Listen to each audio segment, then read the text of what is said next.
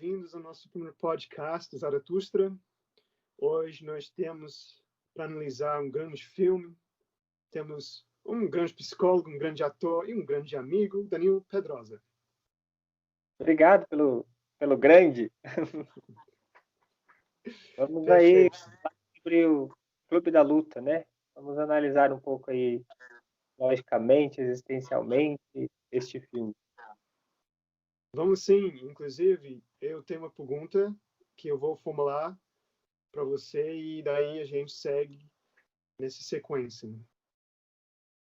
Beleza, Danilo. Então, deixa eu começar logo com essa pergunta. Em tempos de incertezas, com uma geração que não enfrentava essas mesmas dificuldades que as anteriores do século passado, esse filme nos apresenta uma espécie de aviso para uma nova geração, de todos nós, espectadores, contra os perigos do sistema capitalista. Esse sistema, no filme, vendido como uma forma de viver, fugindo dos males do passado e encontrando seu espaço numa identidade adquirida nos produtos comprados. A necessidade constante de impressionar e dar a ilusão para outras pessoas de que estão em constante evolução e procurando formas saudáveis para lidar com o individualismo e a violência são aspectos de incongruências, no meu ver, né, com uma realidade que sempre temos visto nas redes sociais, por exemplo. Uhum. Mas agora eu sinto, com a pandemia e situações políticas instáveis, que as mesmas hipocrisias de individualismo e marketing violento de produtos da moda que tentam civilizar ou nos afastar de quem somos nós, têmicas possíveis de serem observados no filme, Uhum. e já nos levaram para o estado similar de limiar emocional, como eu gosto de chamar a situação, né? Agora que nós estamos vivendo, agora em 2020, né? Dito tudo isso, que eu sei é uma pergunta muito grande, mas qual é a sua visão como espectador, como psicólogo, como sua formação como ator também, como pessoa, sobre essa relevância do filme para nós em 2020? Tá. Então, vamos pensar assim, vamos falar desse limiar emocional que você comentou aí, de uma visão psicológica do filme, e também vamos falar do filme no seu contexto, de quando ele foi lançado, em 1999, e qual a relevância cultural dele hoje, em 2020. Como nós estamos lidando com essa relevância cultural do filme, né, 20 anos após, 20 anos depois. Eu acho que, como espectador, esse filme teve bastante relevância, porque ele estava bem no momento de transição do milênio, né? 1999, e eu lembro que se tinha muito aquela questão do bug do milênio, onde as máquinas iriam parar, onde teria que resetar e começar novamente.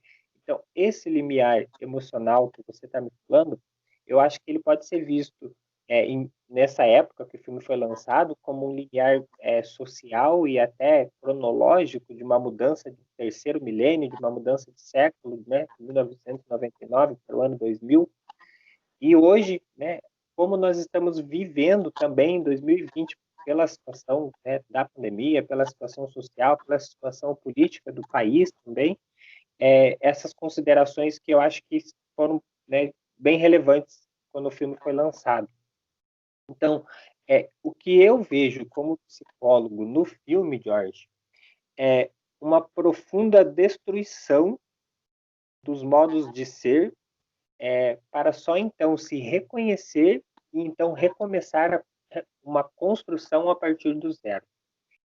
Quando eu vejo, né, de contexto geral, o filme, eu percebo que o diretor, né, percebo que, né, o filme me traz a imagem dessa profunda destruição, tanto que o filme, né, ele tem uma destruição social dos prédios, uma destruição social dos meios de consumo, do capitalismo, do sistema, e uma destruição pessoal através da luta, né, do clube da luta, através da feira, através do se colocar numa posição de vulnerabilidade.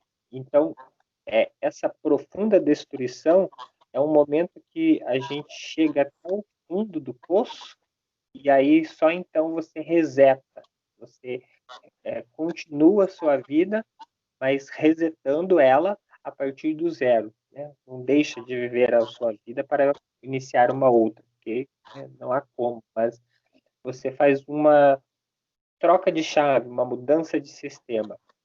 Eu acredito que essa primeira imagem, né, é o que acaba aparecendo para, né, a maioria das pessoas que assistem o Clube da Luta, e foi a imagem que apareceu para mim, como espectador. E aí, analisando isso, a gente pode analisar de várias formas, né? Eu gostaria que você me ajudasse a comentar um pouco dessa relevância social, dessa mudança, dessa tentativa, às vezes, né, de mudar completamente planos políticos no país, de mudar completamente uma transição planetária das pessoas, uma transição através de um ponto limiar, onde se destrói e depois se reinicia, né?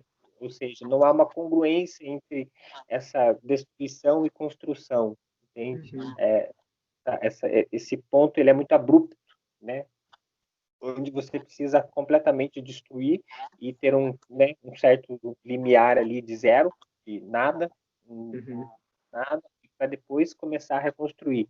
Como se, né, não tivéssemos a possibilidade de, né, ir desconstruindo, modificando e construindo novamente.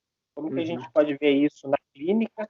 Como que a gente pode analisar psicologicamente o personagem do filme também, os personagens do filme, ou o personagem do filme, seu alter ego também, e como que a gente pode analisar de uma maneira social. É isso que a gente vai trazer então, tá bom? Uhum.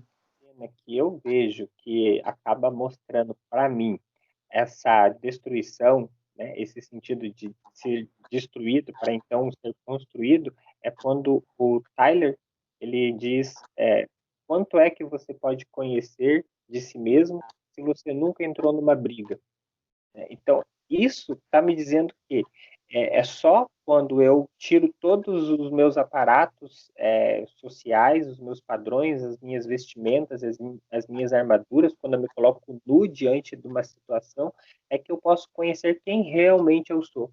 Né? Porque não eu terei sempre subterfúgios para lidar com. Esses subterfúgios, que são subterfúgios que nós criamos, né? Subterfúgios de modos de como nós queremos ser, né? Eles são essenciais para que a gente continue tendo uma manutenção da vida. Socialmente, nós temos isso também. Subterfúgios são né, empresas, capitalismo, consumo, produção, enfim, temos vários aparatos que eles não são. No filme tem esse caráter de que nós devemos renegar tudo que o sistema faz, o seu uniforme, o seu carro, porque você não é isso. Então, né, o personagem ele tem essa aversão a tudo que é do sistema, a todos esses subterfúgios que nós usamos para manter a vida e para manter a sociedade também.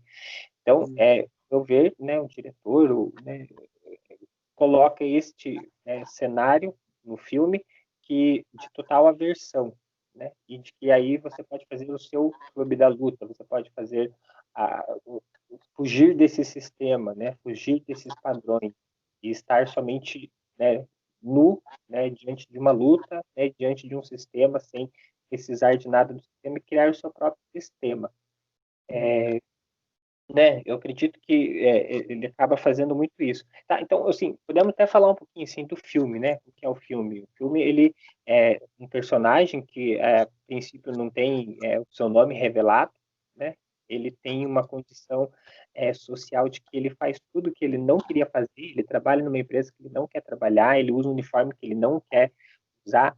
Ele ele é estressado. Ele é doentio. Ele tem, né? Ele está totalmente inserido neste contexto social onde ele é aquilo que ele não queria ser. Ele é um funcionário, ele tem que fazer as suas obrigações como funcionário numa empresa, parece bastante, socialmente, as pessoas, ele não tem muito amigo, então ele chega num extremo dessa inserção dele num sistema que ele começa a deixar de ser humano, eu vejo que ele começa a se transformar um pouco em máquina, né? Porque ele começa a, a ter que fazer coisas que somente são de padrões sociais. E aí ele está muito doente com isso, estressado, ansioso, ele vai até o médico diz para ele, você acha que você está com algum problema? Vá num grupo de apoio de pessoas que têm câncer no testículo, né? E aí ele se vê nessa situação extrema de estar totalmente né, ligado a um sistema e não à humanidade dele. E aí ele encontra um personagem, né, um outro personagem, que é o Tyler, que é o Brad Pitt, né, isso. E esse personagem começa a se relacionar com ele falando sobre sendo uma espécie de outro eu dele, um alter ego dele. Né? Ele começa, tanto que o Tyler em alguns momentos diz, eu sou aquilo que você queria ser. Né? Então, eu falo, eu transo como você gostaria de transar, eu pego, faço coisas como você gostaria de fazer. Então, ele começa a se relacionar, o personagem principal do filme, com esse outro sujeito, que é o Tyler, que esse outro sujeito é, é uma representação deste outro eu. E este outro eu dele é o eu que ele queria ser, mas que ele nunca pôde ser. O eu que ele gostaria de ser, ele gostaria de ter uma vida assim, mas ele sempre ficou preso na sua gravata, no seu trabalho, na sua vida social. Aí quando ele começa a se relacionar com isso, ele começa a ver que é muito bom, né? Se relacionar com esse nosso desejo de ser alguma coisa. E aí, com isso, ele acaba né, fazendo essa transição de sair desse meio sistemático e adentrar numa coisa muito mais profunda, né? Este clube da luta.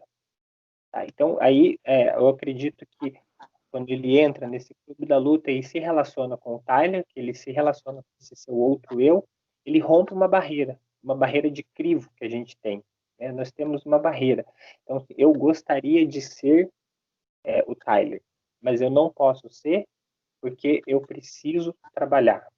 Eu gostaria de ser inúmeras coisas, eu tenho desejo de inúmeras coisas, mas eu não posso ser porque eu preciso fazer coisas que são necessárias para a vida. Eu preciso fazer coisas que o sistema me pede. Eu preciso entrar neste sistema capitalista, eu preciso trabalhar, entende?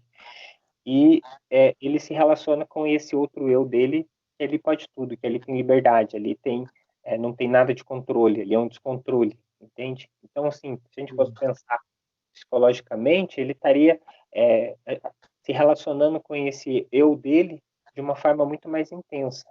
E é saudável que nós transitemos entre esses nossos eus, né, entre aquilo que eu realmente sou e aquilo que eu realmente gostaria de ser, é, temos que ter esse equilíbrio, mas quando há né, um extremo de a gente se relacionar tanto com isso, a gente perde né, esse equilíbrio da vida, a gente acaba indo somente para um extremo. E aí a gente vê que na internet tem muitas análises psicológicas do personagem em si, colocando ele como critério de transtornos psicológicos, esquizofrenias, transtornos de personalidade, e a gente pode discorrer um pouquinho, falar um pouquinho disso, mas eu percebo que quando ele faz essa conexão entre ele e o Tyler, é quando ele acaba se relacionando com aquilo que ele deveria apenas transitar entre um e outro. E aí ele acaba tendo esse extremo de conhecer mesmo esse outro lado de quem ele gostaria de ser, conhecer esse alter ego dele. Legal. Uhum. Então, Danilo, eu tenho uma pergunta também que eu queria fazer. Como é que você lidaria com esse personagem, o personagem do narrador, na sua clínica? Então, quando alguém chega na clínica e diz, meu mundo caiu, eu acho que a gente entende que ali é o lugar onde a pessoa está e a gente vai lidar com isso. Então, estamos no lugar certo. Então, já que seu mundo caiu, estamos no lugar certo. Vamos ver quais são esses cacos que estão no chão. Esse termo desconstrução, ele é um termo que ele é muito usado assim, de uma maneira muito pulverizada, mas ele é muito usado na clínica, por psicólogos ou por as pessoas que fazem terapia. Porque a gente acaba criando uma espécie de crenças, que é uma outra palavra também muito usada dessa mesma forma, a gente acaba criando esses mecanismos de defesa, essas crenças, essas formatações dos nossos modos de ser, e isso, de uma certa maneira, acaba ficando antiquado na nossa própria existência, ele acaba ficando uma maneira repetitiva, sem sentido, e acaba produzindo sintomas. E esses sintomas é o que nos levam a sentir, né, essa dor da nossa própria existência, chegar à clínica, e quando nós percebemos que todas essas nossas crenças, esses nossos formatos não valem mais, né, estão despersonificados da nossa própria personalidade, é quando a gente chega e diz: eu estou no fundo do poço, meu mundo caiu. Então, esse processo de desconstrução dos nossos modos de ser, ele é muito visto num processo terapêutico. A gente acaba, muitas vezes, compreendendo quem nós somos, compreendendo a construção da nossa existência e, aos poucos, desconstruindo essas crenças, esses rótulos, esses formatos que não valem mais para a nossa vida. E, com isso, nós vamos construindo novamente novos modos de ser, vamos inaugurando novos modos de ser. Só que este processo na clínica, ele não acontece dessa maneira abrupta, de destruição e construção. Ele é um processo que ele é equivalente, né? Enquanto você vai desconstruindo uma coisa, você vai construindo outra, vai sendo, né, uma espécie de espiral, né, onde as coisas vão mutuamente acontecendo, elas acontecem acontecendo, né? Então, finaliza algo e começa outro apenas, né? Assim, sempre digo que nós somos como um saco que vazio nós não paramos em pé. Então, enquanto nós tiramos alguma coisa que não faz mais importância na nossa vida, nós colocamos outra e vamos adequando. Quando nós sentimos o vazio da perda de alguém, da perda através de um luto, por exemplo, é, é lógico que a gente tenta, ao experienciar esse vazio, colocar outra coisa, mesmo que essa outra coisa seja, de primeiro momento, não aquilo que seja que vai ficar, né? Quando você tira um móvel da sua casa, você vê aquele espaço vazio, por mais que você não chegou o outro móvel que você vai colocar, você às vezes coloca ali arrasta um pouquinho o outro para o lado, coloca um vasinho, coloca alguma coisa ali para completar esse vazio. Ou você lida com esse vazio. Tá? Então, o que eu quero dizer é que na clínica, esse personagem é bem raro, eu acho, às vezes, onde há esse reset, esse extremo rompimento de tudo que eu sou para então ser outra pessoa. Né? Isso, quando acontece, a gente pode chamar, às vezes, de um trauma, de uma, de uma situação emocional muito forte com que fez com que a gente mudasse a nossa vida a partir daquele momento. Tá? Então, assim, acontece essas mudanças na clínica, mas isso é no decorrer, no dia a dia, né? Quando a gente chora e coloca algo para fora, a gente está emocionalmente ligado àquilo que a gente está transformando em nossa vida, e isso é uma mudança. São feitas várias mudanças para que a gente possa reconstruir, né? Não acontece. Em 1999, temos todas as empresas de cartões de crédito, explode tudo, no ano 2000 já não temos mais essa forma como o diretor David Fincher, né, colocou no filme, é uma forma que eu não vejo muito na clínica. Então, esse personagem, ele faz isso de um modo muito, claro, cinematográfico, mas de um modo muito teatral, né, de um modo muito, né, muito bem feito, de um modo muito organizado, planejado, né, então, enfim, eu acho que esse personagem, né, essa existência em minha clínica, ela estaria ligada a esse processo de desconstrução e construção, mas com saúde, né? Porque no filme a gente só vê hematoma, briga, chute, tiro, né? Ele está totalmente acabado no final do filme também. Então, isso pode ser né, uma pulsão aí, né, um instinto, né, de se perder em si mesmo, entende?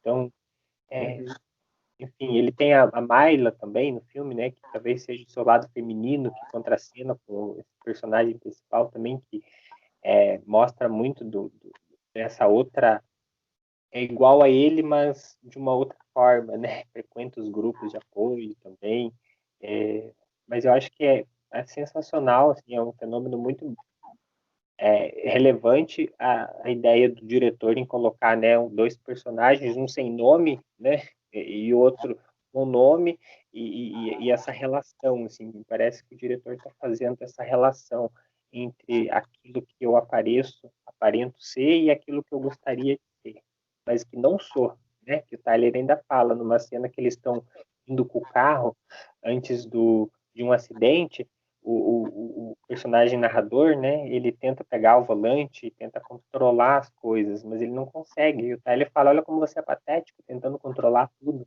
E eles estão com o carro indo, né, numa rodovia sem direção, né, indo sem as mãos no volante, né. Então, isso é o exemplo de que um é o controle, e o outro é o descontrole. O outro é aquilo que eu não preciso, e o outro é aquilo que eu preciso.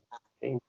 Então, esse encontro dos dois, assim, ele tem que ser, né, equilibrados, assim. Se há muita, né, tanto que no filme acontece isso, né, depois de um tempo, houve-se a troca de sistema e o Tyler some e o personagem principal começa a compreender que ele é o próprio Tyler. As pessoas chamam ele de Tyler. E aí ele já não controla mais. E aí tudo aquilo que está planejado deles, de destruir os prédios, os ataques, tudo isso acaba e depende dele, né? Está acontecendo. Esse descontrole que nós temos na nossa vida que pode ser doentio. Eu não controlo, independente de mim, eu tenho alucinações, eu penso, eu faço isso, eu faço aquilo. Isso que é muitas vezes critério para diagnósticos de, né, algumas psicoses, quando a gente tem essa fusão entre esses nossos eus internos, né? Enfim, Jorge, e você, né? Meu grande amigo aí, antropólogo, social, cineasta, ator, professor. Jorge, eu não tenho tanto aparato assim socialmente para falar um pouco dos impactos deste filme hoje, ou na época que ele foi lançado também, mas o que você acha desse impacto, da relevância desse filme em termos sociais, assim, para hoje ou para a época do filme também?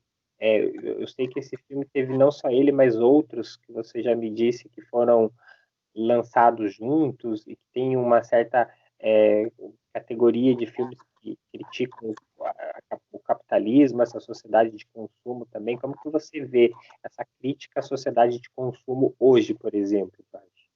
É,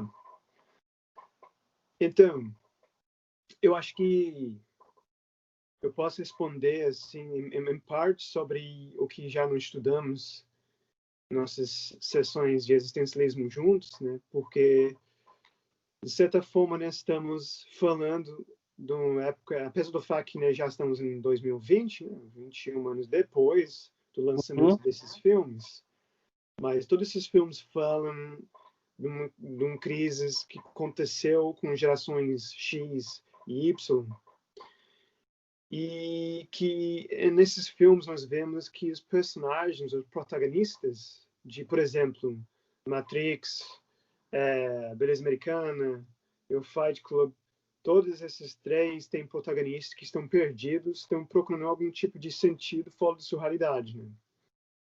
E o que acontece é que nós vemos que essa sensação de não saber onde que estamos, se estamos realmente fazendo o que nós gostamos, ou até essa própria sensação de monotonia, nós estamos sentindo agora, justamente pelo fato de que nós estamos presos dentro de nossas casas, né, que eu acho que ninguém vivo passou por isso antes.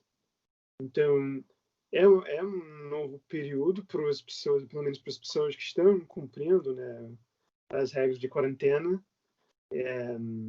Obviamente, existem pessoas que não podem mesmo, têm que trabalhar, mas, assim, para quem tem esse luxo, né, de poder trabalhar, digamos assim, home office, realmente estão vivendo uma outra fase, né, outro período de história, em que a gente está tendo mais tempo para pensar em quem nós estamos, quem nós somos e quem nós estamos desenvolvendo para ser no futuro. Então, é um momento que nós estamos enfrentando um problema existencial e, ao mesmo tempo, nós estamos com essa decisão, assim, de ter que decidir, né, se estamos realmente tomando assim, conta de nossas responsabilidades ou estamos mais pelo lado de escolha, que eu Uhum. acho que é algo que realmente é muito predominante nesses filmes também. Porque tanto que os personagens têm que pensar muito sobre esse assunto de se é realmente mais viável, assim, pensar no eu mesmo, como o Tyler fala, né? Que nossa geração não tem uma grande guerra, nossa grande depressão é nós mesmos, né? É uma guerra espiritual que estamos vivendo.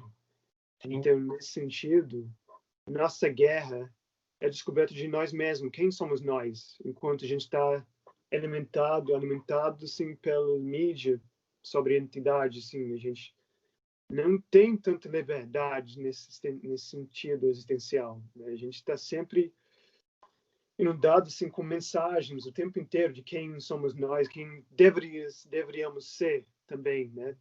O próprio filme mostra um tipo de exemplo disso, um grande exemplo, se não os maiores exemplos disso, que é o próprio Brad Pitt, né, que faz o papel do Tyler Durden. Então, é problemático nesse sentido, né? É difícil porque muita gente está se encontrando em uma espécie de crise existencial nesse período, porque não temos muitas opções de assim, refúgios, né? Antigamente a gente podia continuar num ritmo acelerado com várias possibilidades assim de distrações, né? A gente podia ir para o supermercado, a gente podia ir para shopping, a gente podia viajar, a gente podia ficar na casa dos amigos, a gente não precisava parar. Mas agora você tem que ter a responsabilidade de trabalhar, cuidar dos pais mais velhos, cuidar das crianças, não pode jogar as crianças mais na escola, esquecê-las por um tempo, né? É Sim. muito intenso. É um momento bem Parece, intenso que nós estamos vivendo, né? parece que hoje tiraram o pirulito da boca da criança, né? Mas esse pirulito não quer dizer que ele é bom ou é ruim, né? Pode ser que ele seja ruim, estamos, né, trabalhando nisso para ser algo benéfico posterior.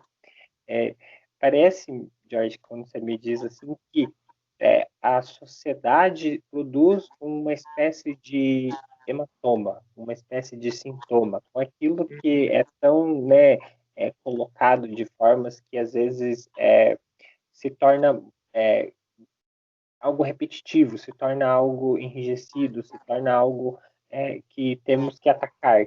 E no filme, né, o próprio, né, personagem ali, né, ser humano em carne e osso, ele tenta fazer essa espécie de ataque ao sistema, aos modos da sociedade daquela época, né? E esse ataque ao sistema era principalmente as empresas de cartão de crédito, a tudo quanto é relação de consumo, uma relação de compra, de capitalismo, o Tyler mesmo, quando tem uma cena que eu acho muito legal, quando ele vai até uma loja que tem um dono da loja que é um japonês, e ele pega, ele acha que ele vai roubar ou vai matar ele, coloca ele de joelho com uma arma na cabeça e ele faz as perguntas mais existenciais do filme. Quem é você? O que você queria ter sido? O que você é, né? Quem você queria ter sido? O que você é?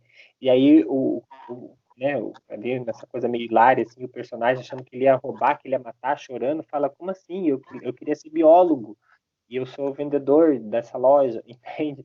Então, assim, é, esses ataques existenciais e ao sistema que o filme propõe, a gente pode pensar hoje, na época que estamos, nós não estamos só sofrendo esse ataque a este hematoma, a esse sintoma social. Nós estamos sofrendo um ataque de vírus, nós estamos sofrendo uma inflamação, nós estamos sofrendo uma virose, nós estamos sofrendo, enfim, né, uma epidemia, né, uma pandemia, né, com relação a esse nosso sistema. Por quê? A primeira coisa que a gente se ouve nos discursos da política, aí, principalmente do país, do Brasil, né, que a gente acaba ouvindo mais, é que a questão do isolamento social está influenciando diretamente na economia, né?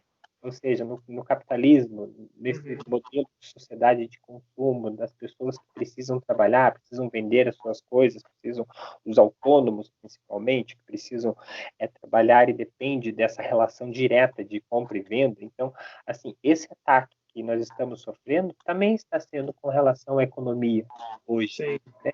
Só que não é um ataque de bomba, não é um ataque de fogo, não é um ataque com arma, é um ataque através de uma coisa invisível, que é um vírus, entende? Então, assim, eu acredito que, novamente, 21 anos depois do filme, estamos sofrendo esses ataques, né, novamente. E aí, tirando esse pirulito da boca da criança. Mas aí a grande pergunta é essa, né? Será que é bom ou não? Claro que, assim, a gente às vezes, né, vai ter um problema e a gente não vai querer lidar e ficar na nossa zona de conforto. Só que às vezes precisa doer, às vezes você precisa esfregar a ferida para poder tirar, né, esse pus, para poder tirar essas inflamações. Então, hoje estamos nesse processo, né, de tirar os nossos pus sociais aí, né, de remodelar, né, de ter daqui para frente um novo normal, de entender que as relações podem ser muito mais, às vezes, né, direta. Hoje, olha só, né, está frio e estamos conversando cada um na sua casa, então não precisamos gastar gás carbono para sair e ir até o encontro, né? Então, a gente pode mudar um pouco as nossas relações, pode ser que a gente esperneie, mas talvez seja, né, o modo mais fácil de desconstruir algumas coisas que nos trazem sofrimento. O sofrimento vai sempre continuar, a luta sempre vai continuar, né? Só que precisamos sempre estar transformando para, né, sermos humanos, não vamos ser máquinas, que é sempre daquele jeito, né? Que vai ser eternamente máquina. Então, eu acho que, né, de quando o filme foi lançado até hoje, a gente pode fazer várias análises aí, vários aspectos, e, né, obrigado pela essa entrevista também, mas eu acho que a gente pode ainda pensar mais para frente, fazer mais análises existenciais aí do personagem, do filme, né, de alguns temas que sejam relevantes também, né, para a gente poder analisar. O que você acha? Concordo, né? Eu acho que existe bastante para falar sobre um filme assim que já causou bastante polêmica depois, né? Na época que saiu, foi um fracasso, né? Tanto que não vendeu muito bem no box office, né? No cinema na época, mas realmente teve bastante impacto quando foi lançado ao DVD, né? Daí realmente assim virou um clássico, né? E por isso que nós estamos falando sobre agora, né? Porque ainda mantém-se relevante, né? Isso é um filme atemporal nesse caso, né? Nesse sentido. E o filme tem umas umas certas simbologias, não sei se posso falar assim, que faz com que a gente entenda que não é muito uma ficção, mas é algo real. Assim, tem algumas cenas que o diretor faz, parece que assim com essa intenção de que eu tenha que também criar um clube da luta, né? Principalmente quando fala de não se falar do clube da luta, que é o que nós estamos fazendo agora, né? Falando do clube da luta, quebrando a regra do clube da luta, né, Jorge? Falando sobre isso, é É, verdade. sim, me parece que quando, né, foi lançado o filme, teve alguns clubes da luta clandestinos, assim, lá nos Estados Unidos, de pessoas que se influenciaram por esse filme e acabaram fazendo, né, esses clubes onde se lutava também, né? Então, tem Mas bastante. porque é algo mais real, mais como você falou, né? É feito na prática. Eu acho que assim, por isso se vê, né? Essa combinação de imediacia e violência, né? Que são provas assim de bala assim da vida, né? Em que as pessoas aprendem muito mais, né? Uma espécie de crítica contra o sistema. O filme em si é um tipo de... O filme, não só o filme, né? Porque o filme é uma adaptação do livro, né? Que é uma crítica contra o que se vê como já perdeu sua relevância, né? Que são, por exemplo, tudo que é falado já não tem mais relevância, né? Não faz tanto sentido. Acho que o Tyler fez essa crítica, inclusive, em que estão cansados de ouvir conselhos e pessoas que falam assim coisas assim para as outras pessoas, que mandam os jovens para morrer em guerras, por exemplo, em grandes guerras sem sentido nenhum, né? E agora que eles têm essa liberdade de escolher se eles devem ir ou não, devem fazer ou não, e isso em si é um tipo de lacuna existencial, né? E o problema é que não existe uma resposta além da resposta de enfrentar, né? E fazer, sentir na prática, né? Como se fosse uma promoção de pragmatismo, né? Promovendo o ato em prático, né? O ato de ir fazer mesmo. Sim. É uma coisa muito, assim, além da teoria, vamos fazer, né? Além da teoria, Sim. não adianta saber se eu luto bem ou não, né? Me dê um soco, é o que ele fala, né? Vamos entrar. Sim, mas é bem isso, é relevante justamente por causa disso, né? E nós estamos vendo a prova disso, né? As eleições recentemente, assim, demonstraram como, me parece, pelo menos, como o público está cansado de ouvir teorias e ouvir vozes arrogantes, assim, falando como as pessoas deveriam viver e querem sentir mesmo, querem viver a vida, né? Da forma que eles acham certo, né? E infelizmente o que, assim, pelo menos a realidade mostra, né, que o que é privilegiado mesmo é a mediacia, né? Mediacia e violência nesse caso, né? Porque tudo que é imediato é algo bem palpável, né? Algo que vem assim, por exemplo, o que a maioria das pessoas tem hoje em dia é celular, né? Tem acesso ao celular, tem acesso à internet, tem acesso a tudo. Você pode comprar coisas online, você pode assistir coisas online. E as coisas que mais comovem são coisas assim com emoções, com impacto, com somos a geração de pessoas que foram criadas pela mídia, pelos desenhos animados, assim, com grandes explosões, com grandes efeitos visuais, né? Então, são coisas que movem, né? Talvez a gente deve colocar mais efeitos especiais aqui no nosso vídeo, assim, para apelar mais, assim, mas... Não. Infelizmente, já Zé, faz aí o barulho. Sim. Mas, Esse caráter é bem apelativo e ele é bem assim, né? Tem o clamor do público, né? Da massa, né? A gente pode ver que a política, né? Hoje em dia no país só, né? É como é por conta disso, né? A gente pode ver que né, muitos autores sociais dizem que as coisas só mudam através de uma revolução, né? E uma revolução que tenha, né, brigas, que tenha mortes, que tenha então, esse caráter, né, de transformar completamente, né, uma política de um país, por exemplo, né, a gente está vivendo, ele tem esse apego pelo público, assim, ele tem esse, né, é aclamado, nos intriga, nos chama atenção, né? A gente sim. tem muita atenção para aquilo que é monótono, né, e que é único, né, mono, né. Temos atenção por várias coisas, somos esses seres que temos muitas telas no celular, no computador, então quanto Sim. mais atração também, né? Isso é verdade. Em vez de apenas ignorar a pessoa, como se fazia antigamente, onde não ligava mais no telefone, agora você deleta a pessoa da sua lista de contatos, né? Lista de amigos nas redes sociais, né? Então, estamos vendo essa forma de violência através das redes sociais, né? Ataques, assim, politicais, ataques pessoais, né? Só para agregar a lista de ataques que você falou antes, né? Sim. Esses ataques, eles, né, bloquear alguém, né, eles são né, parecidos. Tem uma cena que o Tyler fala que eu sou o sentido de rejeição inflamado, né? Então ele fala assim, você é pessoa, você quer ser outra, mas esse outro você não é porque você tem essa rejeição.